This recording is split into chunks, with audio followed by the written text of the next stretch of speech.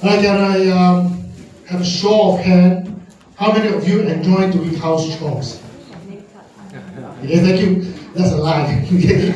My name is Patrick, and I'm founder of a maid agency business of 14 years. So before I started the business, I was in the IT industry, and my wife was an accountant for over 20 years. So we got tired of what we were doing, and we decided to explore entrepreneurship. So we wanted to start a training center for helpers. The reason for us to do that is because the helpers that we have hired, generally they're not trained, and there's a lot of mismatch. So we wanted to do something different. And we approached a lot of maid agency in terms of collaboration. Then we realized one thing. Helpers, some of the helpers, they could go without salary for up to 10 months. Okay? How that happened? Every helper that comes to Singapore, sometimes they have as many as 6 months of loan they have taken. And they have to pay it off over 6 months of via the salary. So what happens when a helper is mismatched, when they're not trained, they go to an employer, they return within a week.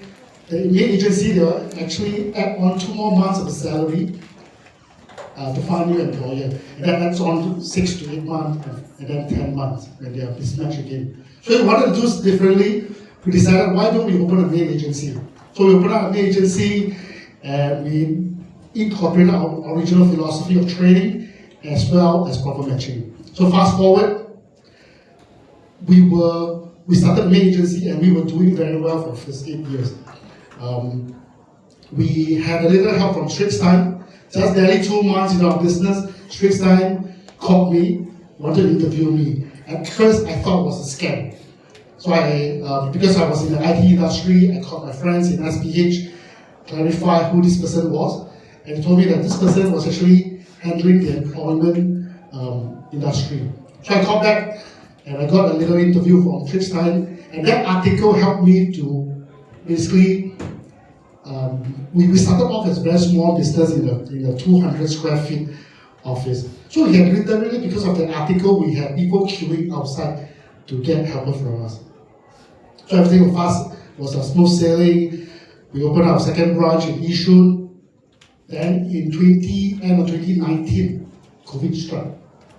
Okay? So the first 3 months we were enjoying, because we hardly take breaks from our maid agency business. And we were saying that when we started cooking, we were enjoying life. The next moment, the government announced border closed. So which means that helpers, they cannot fly into Singapore. Even I have all the sales lead referral that I have, I couldn't do business. Then what happens next? Gradually, we thought that the savings, the funds that we have in the company will sustain. We didn't want to lose any of our sales people, because in my industry it's so difficult to hire salespeople. And then we kept them, and we very quickly there was this WSQ grant, absentee payroll that we could tap on. We sent all Singaporeans as well as PR to attend these courses and claim back the absentee payroll.